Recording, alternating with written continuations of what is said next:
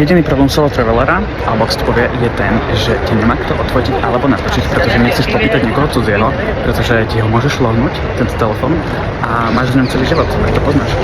Ďakujem, že ma nehejtujete za moje skloňovanie, ale od rána sa mi takto darilo, kedy som si myslel, že vôbec ani neodletím, lebo sa mi nedal objednať Bolt na moju adresu, ale tu už sa zvítavam s taxikárom, ktorý bol taký zlatý, že mi urobil fakultatívny výlet.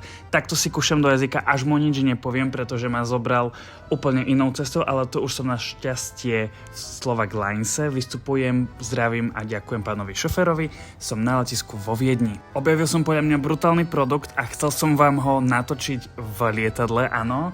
Chcel som ísť mimo komfortnú zónu, bál som sa, že mi ho zhabu, tak som si to chcel dať do tejto taštičky, lenže ten zip sa mi nejako prosto nepodarilo sa mi to otvoriť, potom som sa bál, že to zase nezatvorím, poznáte to. Na kontrole sa vždy bojím, odkedy mi zhabali kopec vecí, že tam zase nechám obličku.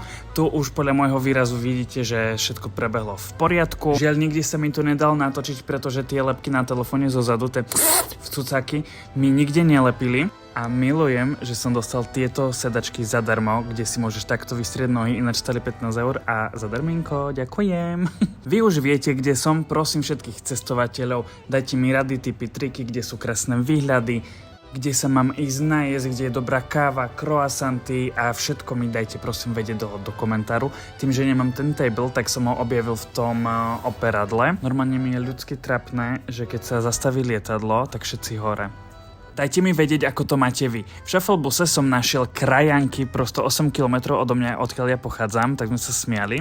Trošku som zastresoval, pretože som potreboval nájsť vlak, na ktorý mám ísť práve do centra.